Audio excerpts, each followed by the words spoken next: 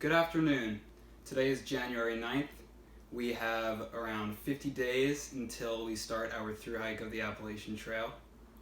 In this video, I'm going to be showing you guys what is in my pack, every piece of gear that I'm going to be bringing, and I'm also going to show you how I pack my bag, like in the morning when I wake up in my tent and I gotta get ready to go. So just as a little disclaimer, I am by no means telling you that this is the best gear to bring on a thru hike, nor am I telling you that this is the gear that I think you should bring on a thru hike.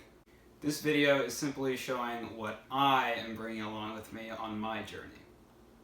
Another side note is that most of the gear that is part of my setup right now is around 2 years old, and I've been using it for 2 summers of long distance backpacking and many side trips throughout the year. And the main reason I am not buying a bunch of new gear for this thru hike is because I kind of have this philosophy that if a piece of gear is still functioning, it's still serving its purpose, then it is totally a waste of money to go out and replace that piece of gear. So first I'm going to go over the few items that I have on the outside of my pack. So my choice of camp shoes are these very light flip-flops, super cheap on Amazon. For water and water filtration, I have the classic setup of 2 1-liter smart water bottles and these Sawyer Squees. In my 2019 AT long distance section hike, I had the Sawyer Mini, and its flow speed is horrendously slow, and I would not recommend it. It's like torturing yourself for months. Every once in a while, when I'm packing out a lot of water, either because there's a dry stretch or because I'm camping away from a water source, I also bring this extra liter Sawyer Squeeze pouch just so I can fill up 3 liters, which I almost never do. And throughout the course of an average day on trail, I won't even use the other smart water bottle. I'll just use 1 liter because you can fill up at many streams along the way. In this easy to access pouch on the back of my bag, I keep my rain gear. So that's my raincoat and then my pack cover, so that if it starts pouring out of nowhere, I don't have to dig through my bag to get the stuff that I need to keep on going. The first items to go in my pack are going to go in the very bottom, and they're going to be the items that I'm not planning on using throughout the day, like the stuff that I only use at the campsite. The first thing I'm going to put in is my sleeping bag. So this is my cold weather sleeping bag. It's the Eolus 0 degree bag by Hike and Bike. So at some point during the hike, probably around Virginia in the springtime when it starts warming up, I'm going to send this 0 degree bag home and get my warmer 20 degree bag sent to me. I also have a dry bag that this sleeping bag is going to go into so it doesn't get wet. So now I'm going to put in the rest of the items that I only use at camp. The first of which being my cook set. This is the pot that I use for meals, and I also make coffee every morning in this little one that doubles as a lid. My stove is the MSR Pocket Rocket. I see lots of thru hikers using this stove, and also some people use those small alcohol stoves too, and one of these fuel canisters too. The last 2 things that are going to go in that bottom pouch are this small blow-up pillow, which I like as a luxury item because it helps me fall asleep, and then my toilet paper, because I usually only use that in the morning. On the bottom of the pack right here, there are these straps where I put my tent. This tent is the REI Quarter Dome. It's a 2-person tent, and it weighs around 3.5 pounds. It is by no means a lightweight backpacking tent, but I do appreciate the extra roominess, and like I said before, I'm not going to drop a bunch of money on a new tent when I have this tent that has served me very well in hailstorms, thunderstorms. I always sleep comfortably. So now I'm going to talk a bit about the various clothes and layers I bring on a backpacking trip like this. And any layers that I'm not currently wearing at the moment get stored in a dry sack like this, so if it rains, they don't get wet. For warmer weather, basically the only clothes I use are a polyester shirt like this, a pair of running shorts, and socks, and that's all you need. I like darn tough socks. So one tip I have for choosing which hiking shirt to bring is to take every polyester type hiking shirt that you have, and the next time you run the laundry, take all these hiking shirts that are candidates that you might bring on your trip, and instead of putting them in the dryer, hang them up to dry, and then check back every 10 minutes or so, and whichever shirt dries the fastest, that's the shirt that you want to bring on the trail. Here's some other clothing that I always carry with me no matter the season. I always carry a light fleece sweater like this one. Really nice if it's like around 50 degrees or something and you're chilling at the campsite. You can always use this, especially up north. I always carry a pair of underwear with me, polyester, even though I don't usually wear it while I'm hiking. I usually end up only using the underwear when I go swimming, actually. I just use it as a bathing suit, but it's a nice thing to carry around just in case. I always carry an extra pair of socks in case the other ones get wet, which they usually do. I also carry a pair of light gloves. Hiking pants are another thing that you can use throughout the year, even in the summer, because if you're up in like New Hampshire or Maine, it can get pretty chilly at night, like down into the 50s or 40s even, and you'll be happy that you have these at the campsite.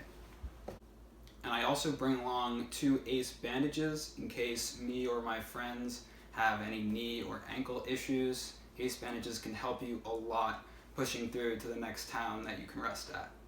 Now I'm going to talk about some gear that I'm only going to carry for the beginning of the trail when we're going to have some winter weather. I have this really inexpensive water-resistant jacket that I got on Amazon, and it packs into this really small size, which is very convenient.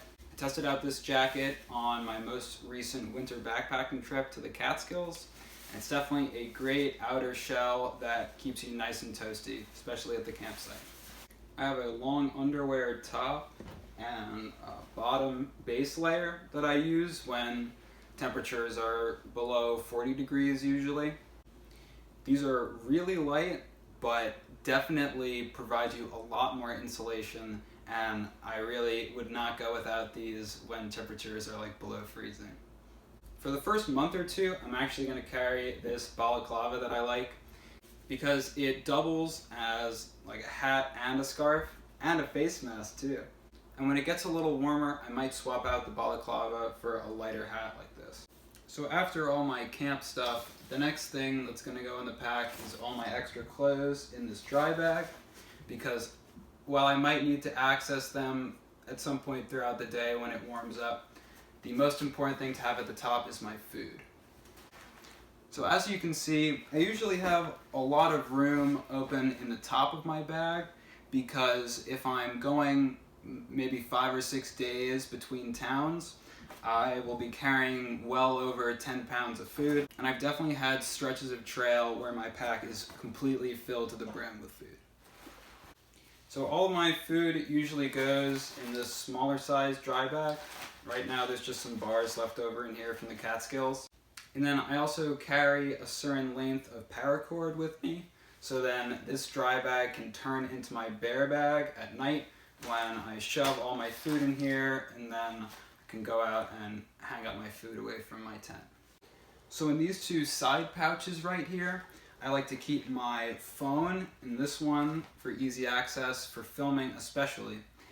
And in this one I have a mask and some chapstick, and then I also throw a bunch of extra bars in there so that I can eat while I'm walking and I don't have to take as many breaks.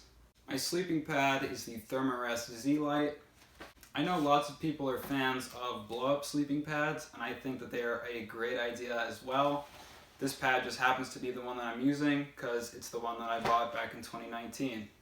And my sleeping pad is basically the last thing to go onto my pack because it gets clipped in with the same clips that are holding in the flip-flops at the very end.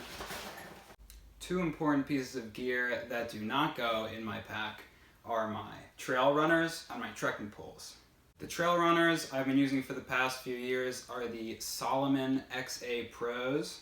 This is my third pair of them. These are actually the ones that I'm going to be wearing on probably the first 1,000 miles of the Appalachian Trail. My other two pairs each have well over 1,000 miles on them, probably around 1,500. Here's what one of them looks like. You can see that while the mesh has some holes in it, the general structure of the shoe is very solid. I've seen other brands of trail runners, after 500 miles, the sole of the shoe is completely peeling off. So as far as brands, I can recommend Salomon for their durability. For the past 2 years, I've been using the same really cheap pair of Kelty trekking poles. I think it's like the Kelty Scree, they're called. They were around $50 on Amazon, very cheap. You can see that I've had to do some repair on them. Like this part kept getting stuck in the mud, and then this part would just get yanked off, but I put some Leuco tape around there and fixed it right up. The tips are also getting very worn down. I expect these trekking poles to last me hopefully the first 500 miles, and then I may need to get myself another pair, and I may invest in a higher quality pair, but I'm not really sure. So lastly, I'm going to go over what goes in the brain of my pack, which basically just means these two zippered, easy to access compartments up at the top. In the smallest compartment, I have a few extra masks, some painkiller, Advil, toothbrush, and toothpaste. I see some thru-hikers who cut off half of their toothbrush to save weight. I think that's kind of extra. We got headphones. We got Band-Aids, which I've never used once on trail. We got instant coffee. I start every morning with a cup of coffee. Some people think that it takes too much time in the morning and they want to get right on trail, but I'm an early riser, so I'm usually up before them anyway, and I love starting my morning with coffee. I have earplugs for those many thru-hikers that snore, and I don't really stay in the shelters that much anyway. Lighters to light my stove. I have a pair of nail clippers, not only for cosmetic reasons, but if you let your toenails grow out too much, they can cause major issues while walking 20 miles a day. In this pocket, I have a bandana, I have Gold Bond, I have a portable charger, and I also have another portable charger that I don't have in the brain right now. This is the cable that I use to charge the portable charger, and I can also use this to charge my phone in town. And then here is my iPhone charger. I have a headlamp. I have a fork to eat with. I have a glasses cleaning cloth. I have a pocket knife, which I basically only use for the bottle opener and the knife attachment, which can be used to open difficult to open packaging and to cut some cheese. Lastly, I have some trusty Leuco tape. This roll actually got wet, so the adhesive is kind of screwed up, but Leuco tape is a great brand of tape that thru-hikers swear by for preventing and treating blisters. I hope you enjoyed this video and found it somewhat informative. Stay tuned for some more videos uploaded for my recent trip to the Catskill Mountains, and also for upcoming videos from further trips that I have in the next month and a half before I start. See you next time.